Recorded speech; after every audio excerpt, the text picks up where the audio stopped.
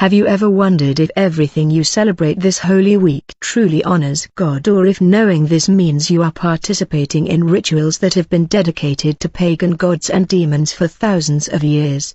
What you were taught about Holy Week, which is a consecrated Holy Week commemorating the Passion and Resurrection of Christ, could be a complete distortion of the truth, and most shockingly, what many believe to be worship is actually desecration. Because the truth that very few dare to say out loud is this: Holy Week as it is celebrated today was not instituted by Jesus or his apostles. It was manipulated, transformed, and built by empires that served other gods. Rabbits, eggs, 40-day rituals, processions, all of this has a darker origin than you imagine. This is not just another message. Prepare to discover what the churches don't tell you, what history has hidden, and what has always been before your eyes, because if you think that giving up worship during these dates is synonymous with fidelity to God, you could be unknowingly participating in festivities dedicated to the same gods he hates. The truth has been hidden for centuries, but today it is about to come to light. My name is Israel Bernard, and what I am here to tell today is not a meaningless inherited story or an empty custom repeated by tradition. It is a testimony that burns within me, because although many celebrate a holiday they call Holy Week with rabbits hopping through decorated gardens and painted eggs hidden among flowers, I learned that there was a sacred moment sealed in blood that was violently replaced. Someone, at some point in history, made the decision to exchange the eternal for the superficial, the holy for the symbolic, the true for a distraction. For as long as I can remember, the slain lamb has been for us the emblem of redemption sealed with fire and obedience. Every year when we remember that night in Egypt, the atmosphere changes. It was not a simple tradition, it was the night when God himself descended with judgment, and the only defense for every Hebrew family was the blood on the lintels, the blood of a spotless lamb. It wasn't enough to belong to the people or to intellectually believe in the promises. Visible action was necessary, a mark on the wood that cried out to the heavens, "Here dwells one who obeys." But now I look around and what I find is disconcerting. The streets fill with color, supermarkets display chocolate with long ears, and children, unknowingly, participate in rituals alien to our history. No one explained to them that the sacrifice of the lamb was not a decorative symbol but an act of life or death. At what point did we allow sacred stories to be absorbed by decorations and sweets? Who dictated that it was appropriate to replace the solemnity of Passover with spring games? And why does no one question it?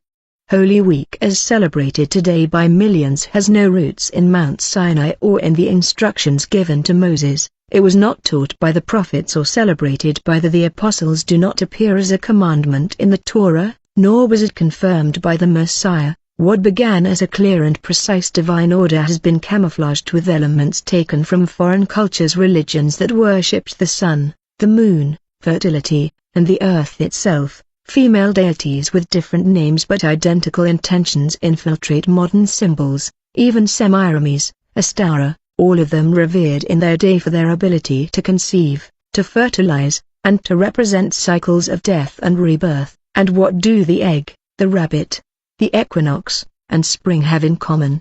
None of this comes from the blood on the lintels. The most shocking thing is that it was not a simple cultural slip-up, it was a premeditated redesign of a carefully planned system, implemented from the highest thrones of imperial power by decrees signed by emperors who decided that the dates established by God did not align with the interests of the empire. The designated times were modified, commemorations were rewritten, and the most sacred was transformed into a syncretic mixture, a hybrid of the holy and the profane. Why? Because the further we are from heaven's calendar, the easier it is to manipulate us from earth. The question that burns like burning embers in my chest is this: who was responsible for altering the sacred times? Who changed the convocations established since Genesis, inscribed on the eternal tablets, for celebrations that do not appear anywhere in Scripture? How did they manage to impose a new religious system that combines truth and lies, revelation and paganism, and why does that truth remain hidden? It is not taught in temples, it is not mentioned in seminaries, it is rarely heard from pulpits, but it is written. What I am about to do to recount is not a personal interpretation, but documented facts, a web of political and religious decisions that intertwined over the centuries to replace what God had established. History was not told in schools. Most people lived trapped in a fabricated narrative, unaware that the dates they celebrate were decided by men, not by the eternal. It all began at dusk. I remember that story from my childhood. The sun was descending toward the horizon, dyeing the sky a thick red, like the blood that would soon be spilled. The hot desert air carried particles of sand that floated suspended, as if even creation itself were preparing for the judgment that was about to come. Inside every Hebrew home, the silence was thick. Families gathered, mothers clutched their children to their chests, fathers looked to the sky, waiting for a sign. Each house was marked. The blood of the lamb dripped onto the wood. It wasn't just a symbol, it was a line between life and death. The promise was about to be fulfilled, but centuries later, that same blood was forgotten, replaced by bright colors for hidden eggs and chocolate figures. Sacrifice was minimized, obedience replaced by foreign customs. Today, when I see the celebrations, I don't find in them the echo of that night in Egypt. I see instead a parade of masks. The truth was covered up, and the world, unknowingly, applauds the Lamb's substitute. I was there that night, a night when time seemed to stand still, when darkness covered not only the sky of Egypt but also the heart of an entire nation. Midnight descended like a heavy blanket, and for a few minutes, the silence was absolute. But that silence was broken by a scream, a long, heart-rending scream filled with such deep anguish that it seemed to come from the core of the earth itself. It wasn't a single scream, it was a clamor that echoed from the cold, sheltered walls of the palaces to the most forgotten corners of the mud and straw huts. The streets were filled with the uncontrollable cries of mothers who found their missing children, the life of parents who fell to their knees before the helplessness of entire families grumbling in the face of tragedy. That night the angel of death walked among us, his step unheard, but his presence felt in every corner where there was no blood of the lamb. He stood on the threshold there, and when he left behind a void impossible to fill. He made no distinction between rich and poor, between wise and illiterate. Every Egyptian firstborn fell, from the heir to the throne in Pharaoh's palace to the son of the maid at the mill. None were overlooked. God's justice had been carried out with precision. There was no error, there was no mercy where there was no obedience. Every house without the sign was struck. I saw the face of Pharaoh that night. He was no longer the same man who days before had mocked the warnings that arrogance challenged the God of our fathers. His gaze was empty, his shoulders, once erect with pride, now bowed under the weight of inevitable humiliation. His son had died, and with his son, his will was broken. He finally acknowledged what he had rejected for years, that the God of Israel is the one true God and that no one can oppose his purpose without paying a price. That same night, the order came to us, to march.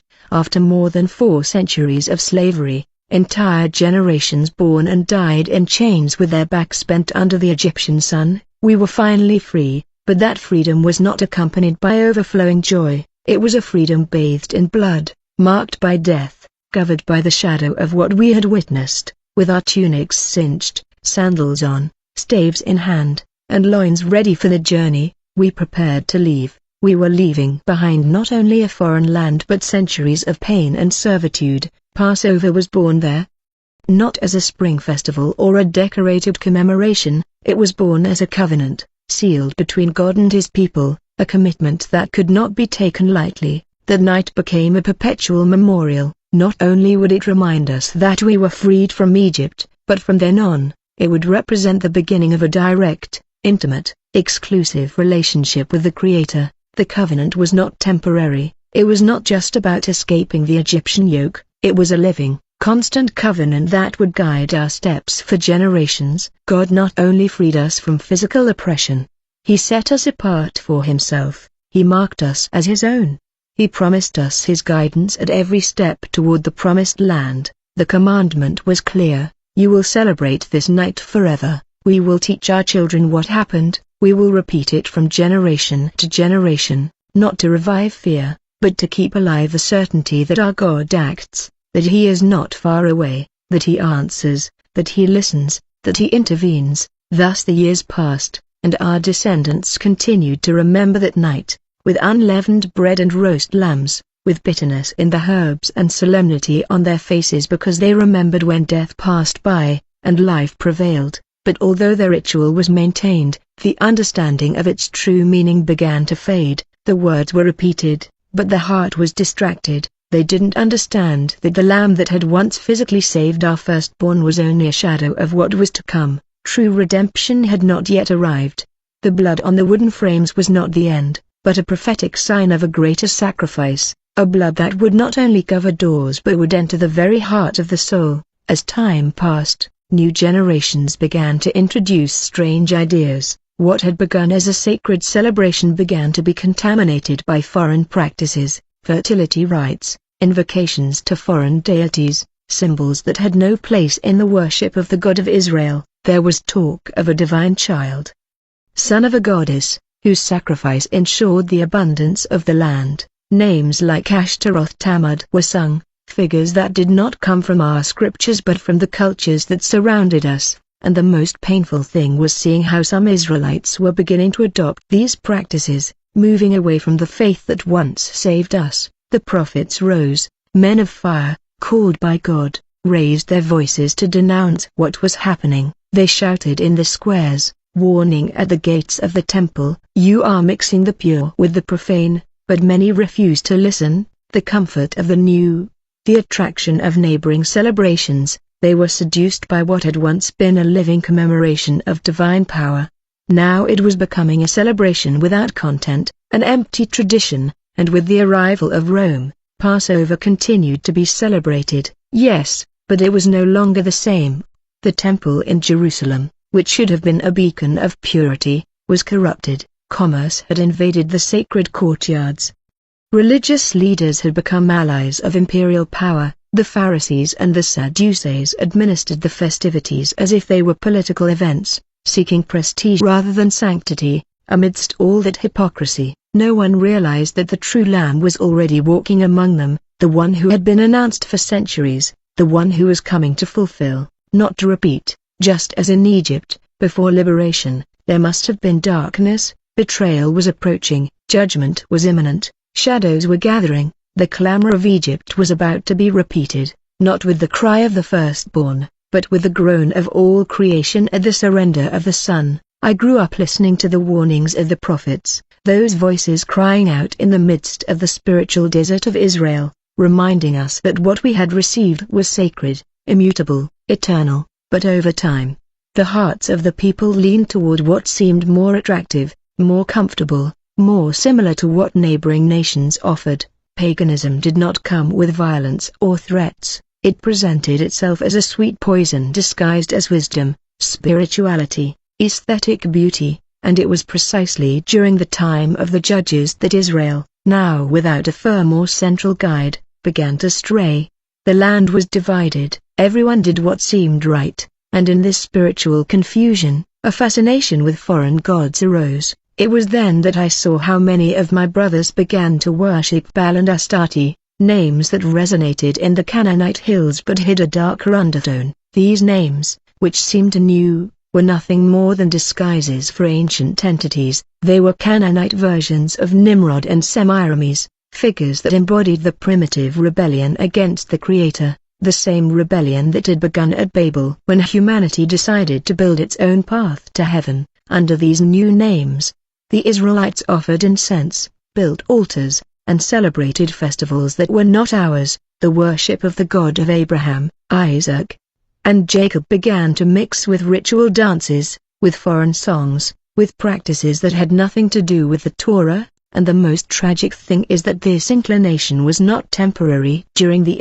era of kings, when Israel was to consolidate itself as a nation of light, idolatry became institutionalized. It was no longer held in secret or on makeshift altars on hilltops. Now it was part of the system. High places were built in every city, sacred pillars were erected. Even the temple in Jerusalem, the house where the name of our God was to dwell, was defiled. There, lamps were lit, not for the Eternal One, but for the Queen of Heaven. There were women weeping for Tammuz, remembering his death as if he were a false Messiah, while the true words of the prophets were ignored. Songs of worship were mixed with laments for foreign deities. The incense rose like this, but its fragrance was not pleasing to the Creator. The Passover, which had been established with such solemnity in Egypt, began to lose its meaning. What was supposed to be a reminder of God's power and his miraculous intervention on behalf of his people was gradually distorted. Although the date continued to be marked on the calendars and although many continued to prepare the lamb, the heart of the celebration was no longer in what God had done. For many, it was just a routine. Words were recited, steps were followed out of tradition, but the spiritual vigor had evaporated. What was supposed to be a living commemoration became an empty ceremony. In the midst of this atmosphere of confusion, the temple in Jerusalem, the spiritual center of the people, ceased to be a refuge for the soul. It became a marketplace, a plaza of interests. The priests grew rich with the offerings of the people. Corruption was disguised as religiosity. Hearts were far from God, even though their lips spoke his name. And then a new transformation was approaching, an even deeper one that would not come from within Israel but from outside, from a power that dominated with force and cunning. When Rome extended its borders and its influence reached every corner of the known world, it also brought with it a religious system that did not erase conquered beliefs but absorbed them. Rome became a new Babylon. Its emperors understood that it was more effective assimilating what to destroy, and so the local deities were reconfigured under Latin names, their rituals adapted, their festivals reformulated, and when Christianity began to grow within that system, it was not allowed to flourish in its original purity. It was molded in the early centuries. The followers of Christ celebrated Passover faithfully. They recognized in the sacrifice of God's Lamb the fulfillment of the promises made to Moses, to the prophets, and to the entire people. They added no symbols and did not change the dates, but soon, the leaders in Rome decided to make adjustments. They wanted this new faith acceptable to the multitudes who still clung to their old customs. They then took the celebration of Passover and replaced it with a more palatable version. Holy Week set a new date to commemorate Christ's resurrection. It was no longer to be observed on the 14th of Nisan according to the biblical calendar. Instead, it was established that it would be the Sunday after the first full moon of spring, a day sacred to the sun god. Thus, the connection with God's calendar was erased. Elements that had never belonged to the gospel were introduced. The customs of the cults of Tammuz and the queen of the processions with carved images subtly filtered into the sky. Days of mourning that extended for 40 days. What ancient civilizations had called mourning for Tammuz was adopted as Lent. It was no coincidence. Every step was calculated. The pagan figures carved in wood and stone that once led festivals honoring false gods now led religious processions under Christian names. The story of the divine Son who dies and rises again was mixed with ancient legends to the point that it was difficult to distinguish where the truth ended and the invention began. Despite warnings, the people of God accepted this mixture without protest. They accommodated themselves to the fusion. They forgot that the Eternal's festivals were eternal, not subject to modification by human decision. Only a few resisted silently, hiding in catacombs. Those faithful continued to celebrate Easter as the apostles did. They did not accept the new version. They were called heretics, persecuted, expelled, but they did not surrender. This is how the true Passover was relegated to the corner by institutional pressure, drowned by alien rituals. The original meaning of the sacrifice was distorted. Babylon had fulfilled its mission. The pagan teachings were integrated into the worship of the true God, but history was not yet over. Because although darkness covered much of the path, a small light still burned, weak but alive, hidden but not extinguished. A remnant persisted, determined to uphold the truth even if the whole world turned in the opposite direction. The plan to mislead humanity was broader. The distortion of Passover was not an isolated error. It was part of an orchestrated strategy, at the center of which was the figure of a false lamb, an impostor dressed in light, who presented himself as the path but led to darkness. Meanwhile, in Jerusalem, under the cold, white light of the moon, a dinner was being held, a simple but unique dinner in a room secluded from the bustle of the city. Jesus of Nazareth, the teacher who had traveled through villages proclaiming the kingdom, was meeting with his disciples. Were celebrating Passover. and on the table, among the bread, yeast, bitter herbs, and red wine, the true Lamb was about to reveal the hidden meaning of everything we had celebrated for centuries without understanding that night, one the disciples would never forget.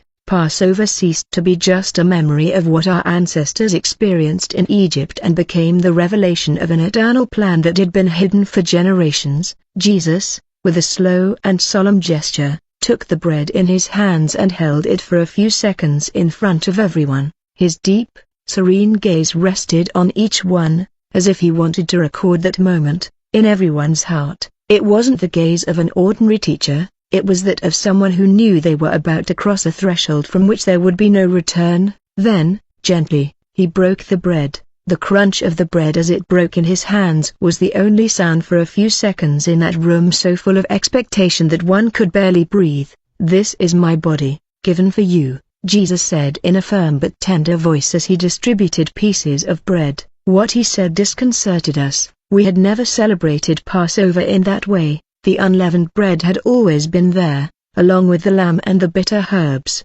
but never as a symbol of his own body. We didn't clearly understand the meaning of his words, but we knew that what was happening was momentous, as if the hidden meaning of centuries of history was finally being revealed. The silence that followed was filled with unasked questions from puzzled looks and troubled hearts trying to comprehend what was incomprehensible. Then with the same solemnity, Jesus took the cup, lifted it firmly, and held it high. The dark wine gleamed, under the light of the oil lamps. His words rose above the murmur of the city and pierced our souls like arrows. "This is the new covenant in my blood, shed for the redemption of many." A wave of confusion swept through a new covenant in his blood. Everyone looked at each other for answers in each other's faces, but no one dared to speak. Until that moment, Passover had always been the memory of the lamb slain in Egypt, the symbol of a blood that saved our firstborn. But now Jesus was saying that all that was nothing more than a shadow,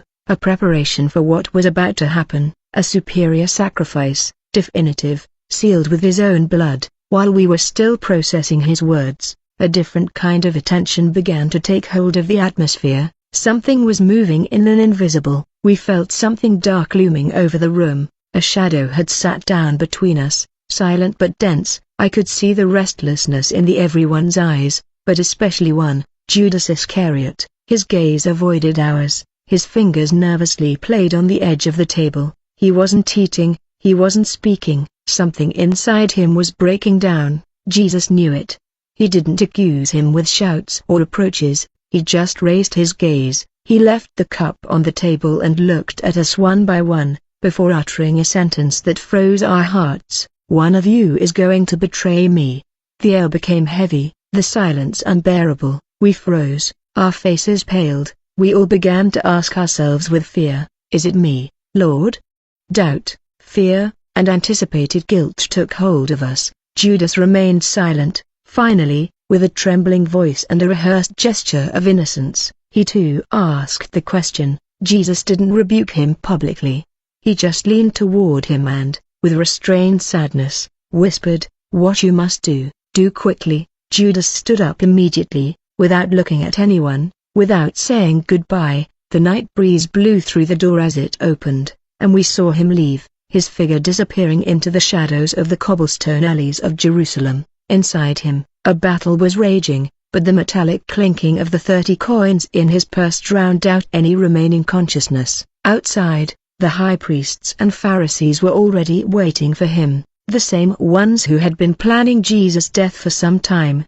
The pressure was intense, both religious and political. The leaders of the people feared that Jesus' growing fame, his power over the crowds, his dominion over spirits and illnesses, would spark an insurrection that would put Rome on alert. But his motivation went beyond the political. They hated him because he had exposed them, spoken out against their hypocrisy, unmasked their corruption. He was not afraid to look the powerful in the eye and speak the truth. He was a threat to the system that they had built to maintain their power. Jesus had to die, but not just any death. His execution had to be carried out precisely before the Sabbath so that it wouldn't interfere with the Passover celebrations or the Feast of Unleavened Bread. The plot was carefully planned. They disguised it as justice and manipulated the people's opinion. They presented Jesus as a danger to the nation. They never imagined that by trying to eliminate him, they were fulfilling exactly what the scriptures had prophesied. As dinner drew to a close,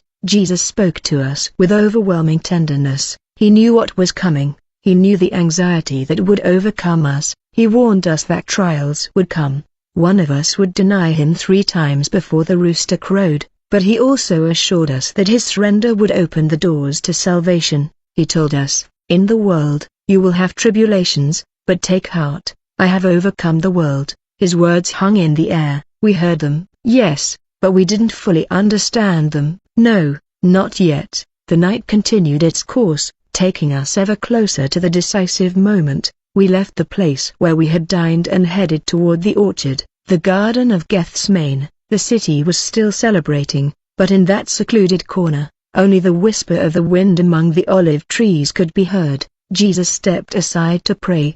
The sweat running down his forehead fell to the ground like drops of blood. He knew the hour was approaching. His words were deep laments, cries to the Father. We, a few steps away, struggled against sleep. We didn't know that every minute of carelessness was one more piece of the inevitable destiny that awaited us. Suddenly, everything changed. Hurrying, flickering lights advanced along the path. Armed shadows emerged. Among the trees, a procession of soldiers, accompanied by priests and town elders, burst into the garden. Judas, with determination, stood before them. He was distraught. The internal struggle had left its mark on his expression. He approached Jesus and with feigned sweetness greeted him with a kiss on the cheek. That was the sign, the traitor's kiss. Jesus didn't resist, his body didn't tense. He just looked at him and said, with a voice that still resonates in my soul, with a kiss, "You deliver the Son of Man." Judas didn't respond. He lowered his gaze. He couldn't bear the purity of those eyes. Peter, impulsive as always, he drew his sword and, in an attempt to protect the Master, cut off the ear of one of the high priest's servants.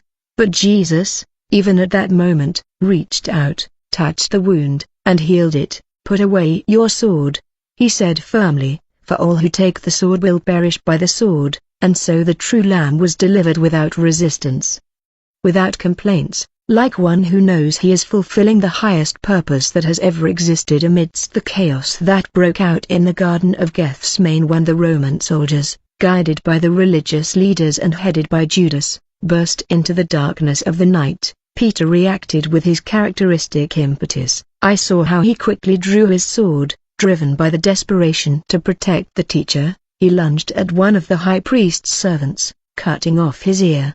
The wounded man's cry of pain broke the tense silence of the garden. The violence was about to escalate. The atmosphere was filled with a dense electricity as if a battle were imminent. But in the midst of that storm, Jesus did something unthinkable. He did not flee, did not raise his voice, did not invoke angels, did not order resistance. He extended his hand toward that wounded man and with superhuman calm, touched him and healed him instantly. There was no trace of the wound, only a stupefied silence. Then, turning to Peter with a firm gaze and a calm voice, he said, "Put away your sword, for those who come by the sword will perish by the sword." At that moment, it became clear that there would be no struggle, no combat, no resistance. His surrender was voluntary, as deliberate as that of a lamb that, if it didn't submit, made its way to the altar of sacrifice. Jesus wasn't taken by surprise. He knew exactly what was coming and accepted it with the dignity of one who knows the purpose behind the suffering.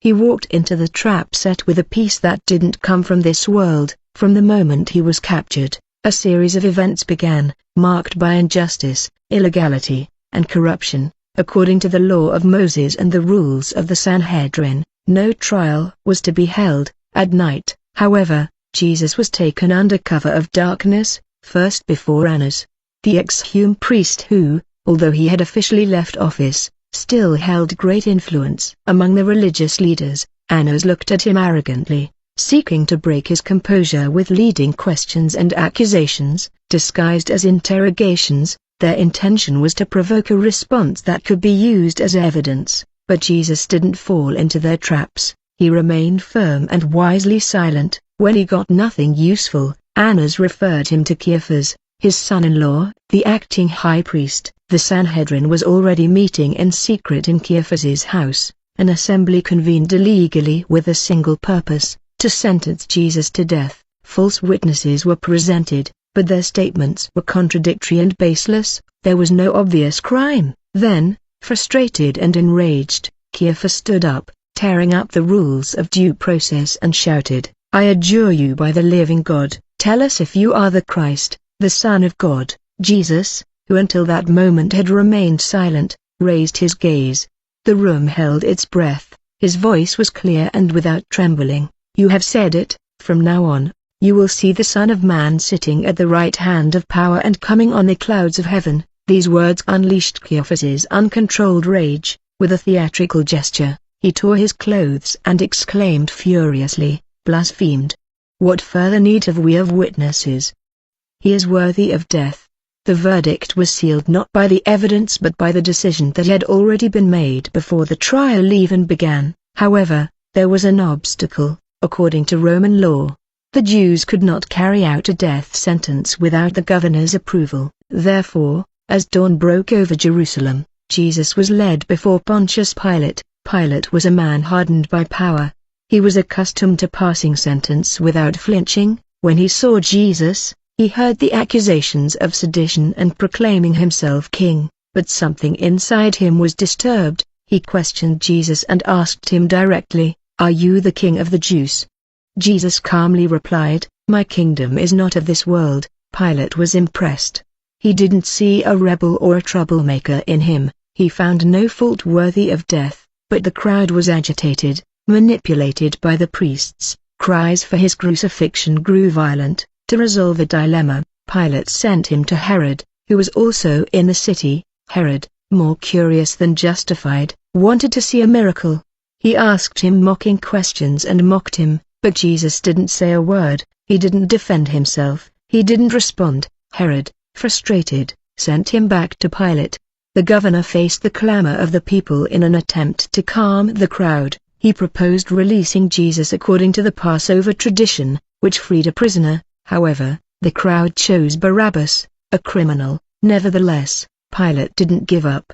He ordered Jesus to be flogged, hoping that this punishment would be enough to calm the crowd. The Roman soldiers were vicious and beat him mercilessly and placed a crown of thorns on him. They dressed him in a purple robe and mocked him. "Hail, King of the Jews!" they shouted as they spat on him and beat him. When Pilate presented him before the people, bleeding and battered, he thought his appearance would arouse passion, but he was wrong. The cry that arose was even louder, even more determined, "Crucify him! Crucify him!" Pilate, seeing no way out, made a symbolic gesture. He washed his hands in front of everyone as if he could thus absolve himself of guilt, but that water did not wash away the responsibility of having handed over an innocent man, giving in to the pressure of a corrupt system.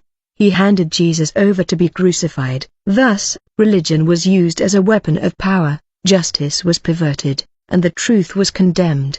The trial was over, but the tragedy had only just begun. When the sun had not yet fully risen, Jesus was forced to carry his cross through the dusty streets of Jerusalem. A crowd followed him. Some wept in silence, others insulted him, unaware that they were witnessing something greater than the death of a man. They were witnessing the most profound sacrifice history has ever known. Upon reaching Golgotha, the soldiers laid the skull on the Cr.